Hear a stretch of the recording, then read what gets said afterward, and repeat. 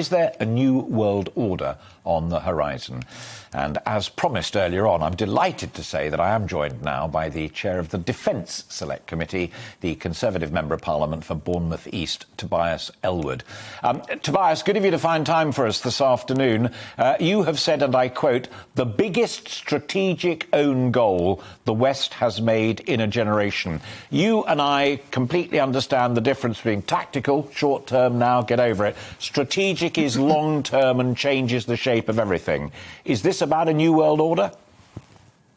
It could very well be. We may look back at this moment in time to say that the geopolitics of the world have changed permanently for the rest of the century. It really depends what happens next, because the power bases that are taking place from west to east, particularly around Afghanistan, the world is very, very different than it was 5 to 10 years ago. And this really emphasizes the limits, if you like, on what the West can do, what NATO can do as a force for good. How are we able to support and defend the international rules-based order?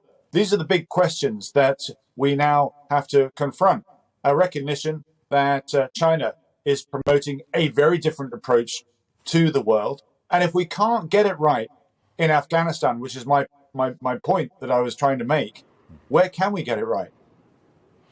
Well, it has been said, has it not, that China has said quite clearly, as far as Taiwan is concerned, when the fighting gets going, the Americans won't be there.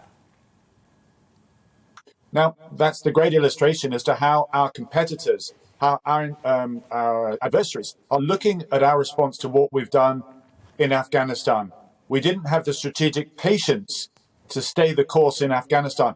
Afghanistan actually wasn't in the news. We weren't discussing it since about 2014, 2015, but it got caught up in the American political elections there. Withdrawing those troops has seen an absolute chaos unfold, continues to unfold as well. And it also shows perhaps how the West itself is not working together. We're not as one. We've forgotten what we believe in, what we stand for, what we're willing to defend. And when you have countries such as China, this is going to, in our lifetimes, are going to become more powerful economically, technologically, and militarily than the United States. The world is changing very, very fast indeed. So absolutely, going back to your point, China is recognizing this, saying, right, this is now perhaps our moment to look further at Taiwan, just as they did with Hong Kong after all those assurances of a two systems, one country approach. We're entering a very dangerous decade.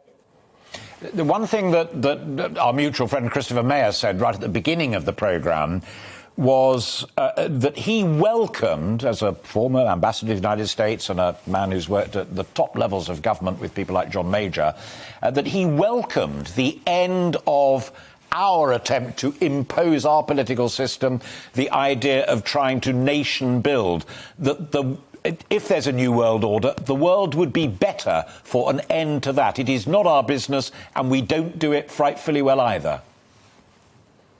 The consequence of that is that you then leave it to others to exert their own influence. And in the case of Afghanistan, it's the Taliban that will then move in. And where are they going to find their friendships with the very country we've been speaking about, China? And they're going to gloss over all the human rights issues. They're going to gloss over the fact that the Taliban will not allow women to go to work, for example.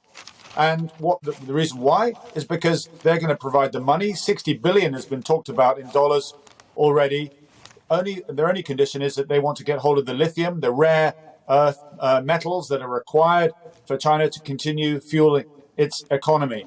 And that, I'm afraid, is the case that we have to ask ourselves. You know, the West is shrinking as an entity. The influence of China, the number of countries that are now ensnared in its One Belt, One Road program grows by the year itself. And I fear that the world is splitting into two spheres of influence, which will eventually clash. And that will be very, very dangerous indeed. And this is just coming over the horizon. It's a matter of years away. The final thought, and it struck me as an observer of these things over many, many years, including the Cold War, Berlin, the Velvet Revolution, the First Gulf War and what have you.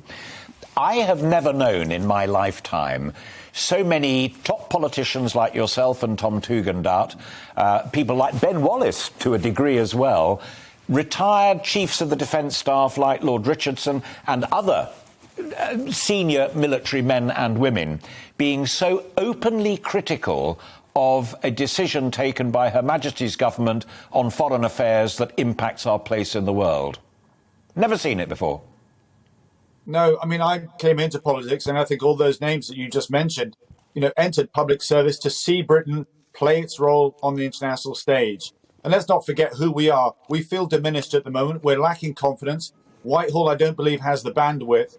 But nevertheless, we still have incredible hard power, incredible soft power. Our agencies, our intelligence communities are some of the best in the world. What we lack is the appetite, perhaps, to play that role on the international stage. And we've been a bit subservient to the United States because Joe Biden made the decision unilaterally to pull out. And I believe, as you touched on before, that this was a massive error itself. But why were we so quick to follow suit? Because there are occasions when we may have to go it alone, or an alliance is required without the United States. And the problem is that if we don't fill that void, there are other adversaries that wish us ill. Russia, China, and Iran, for example. And this perhaps is the biggest criticism of Joe Biden, is that in wanting to focus on China, which is where he was trying to say, let's get rid of this burden of Afghanistan. Let's focus on the bigger things. Just take a look on the map as to where Afghanistan sits. It's an important part of the world to keep close, sitting in between Iran, China, and Russia, indeed. And now we've absented ourselves from that part of the world. Final thought, and it flows perfectly from that. And you mentioned G7 and NATO being, in effect, put back in its box by the American decision. I mean, is it not the simple truth, though, Tobias, that G6, i.e. G7 minus the United States, forget about it? NATO minus the United States, forget about it. You talk about Britain finding new friends, new partners. Without the military and economic might of America, democracy is on a sticky wicket. Well, it depends what you want to achieve. Operation Atalanta, for example, taking care of piracy off the coast of Somalia, that didn't involve the United States. The United States are not really involved in Mali right now. We're there with the French. We are able to do things. We're able to take on challenges on a smaller scale. We ourselves could manage, if we had the desire to, we could solve the issues in Yemen, for example, without the United States. Of course, it's helpful to have their support, but it isn't so much the hard power that's required. It's actually the leadership. It's coming out with the strategic solutions that could be pursued. But if I may just take the opportunity to make a personal point about what's happened over the last 20 years. This began with attack on 9/11, a horrific terrorist attack, the likes of which the world hasn't really seen before.